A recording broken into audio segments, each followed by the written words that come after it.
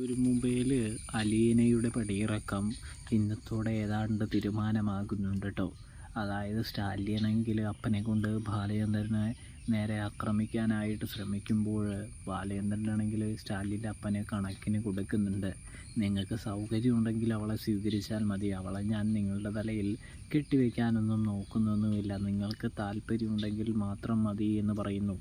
ഞാൻ സ്റ്റാലിനോട് അവളെ സ്വീകരിക്കാൻ പറഞ്ഞിട്ടില്ല, എസ് ഓർ നോ മാത്രമേ ഞാൻ ചോദിച്ചിട്ടുള്ളൂ എന്ന് പറയുന്നത് കാണാനായിട്ട് കഴിയുന്നുണ്ട്, സാധിക്കുന്നുണ്ട്.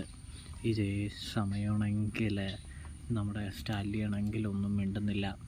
അങ്ങനെ അപ്പനും മകനും കൂടി ഒരുപാട് കൂടി ആലോചിച്ച് കടുത്ത തീരുമാനത്തിലേക്ക് എത്തുകയാണോ എന്ന് നമ്മൾ കാണേണ്ടിയിരിക്കുന്നു.